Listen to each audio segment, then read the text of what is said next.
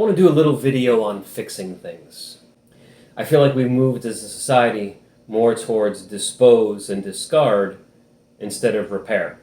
And it's unfortunate because two reasons. One is that it creates a lot of waste, but the other, and I think this is more important, is that in many ways we've lost the connection to the stuff that we have around us.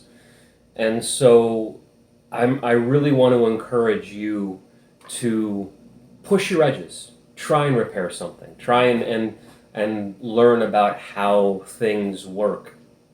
If you have anyone older in your life, you've probably heard them tell stories about when they were young, spending the weekend under the hood of their car, rebuilding a carburetor, and then complaining about the fact that cars are all computer these days and nothing, you can't do that anymore, that you have to take it to a shop. And there is some truth to that. Now, as a side note, I'd also point out that back in those days, seeing a car on the side of the road that was not running was also a frequent occurrence. And so that as cars have gotten more computer oriented, they've gotten more reliable. That aside, there was something helpful that when your car broke on the side of the road, you might have an idea of how to repair it rather than just saying, I don't know what to do next. Now, I don't feel like we can do that so easily with cars, but there's plenty of other things in our lives that we can actually fix. I have a nailer, doesn't normally look like this because the other pieces are all around here, that suddenly stopped working. I've never done work on these things, but I have fixed other things, and so I wasn't too intimidated. And this is the important thing. It was already broken. I can't break it more. It's only going to not work if I can't fix it. But that's where I was before, so there's nothing lost other than the cost of the parts I might use to try and fix it. And so if it's busted, you can't bust it more. So why not try and see if you can fix it? Now, there's an important, I guess, corollary to that, which is that if it's not fully broken, really be careful with whether you want to try and tackle the project. For example, if you have a cell phone and the screen is cracked, well, it still works. Maybe not optimally, but it works.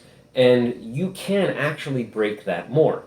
So if you're not familiar or accustomed to working on cell phones, using that example, I might hold on to the phone until you replace it, and then see if you can fix the screen. Because then at worst it doesn't work. At best you now have a backup phone.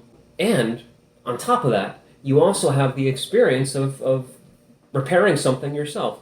And it's a really good feeling to have something that wasn't working, and then because of your effort, now it works.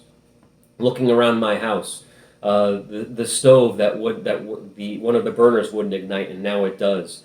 I spent a week and a half rebuilding a washing machine.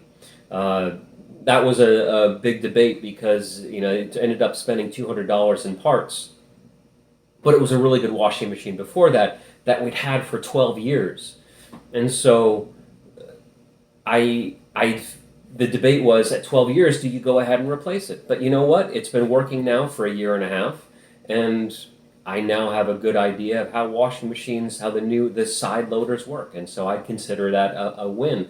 Even if it only worked for 6 more months, I would have been happy with that experience. The other difference between going back to the idea of older people you may know that complain about no one fixing things like they used to back in the day, is that back in the day, you had to turn to a father, an uncle, a neighbor in order to figure out how to do things. What we have now is so much more useful. There are so many videos out there online and blogs and websites that are their sole purpose is to teach you how to repair things. As horrible as the internet is for garbage, for trash, for everything else that's out there, it is a really useful mine of information that you can look up to figure out how to solve things. Now, if you have an interest to fix things, first thing you want to do is start small. Pick something that is, number one, not going to ruin your life if it doesn't work when you're finished. Number two, that is manageable in terms of scope. You don't want to start off at it putting an addition on your house. And make sure that whatever you're working on doesn't have a deadline, meaning that you don't need it 4 hours from now. You must have it 4 hours from now, because you can't have that hanging over your head when you're working on something that you've never worked on before. Make sure that it's open-ended. The other thing I'm going to suggest is that if you're going to build something, fix something, try and work with something that already exists, because then you can look at the old version and compare it to the new version, whatever it is that you're working on when you're done. Having a side-by-side is really, really helpful in the very beginning. Let's take back our lives. Let's be familiar with the objects around us. Let's keep some of these things out of landfills and trash, and actually give them a second life. Even if the only thing you're doing with that object is to give it to somebody else so that it can find life with someone else. It can't hurt. And we benefit, not only in terms of keeping these objects around us a little longer, but the experience of rebuilding is a really useful experience. Thank you for listening to me spout off for a little while. Thanks.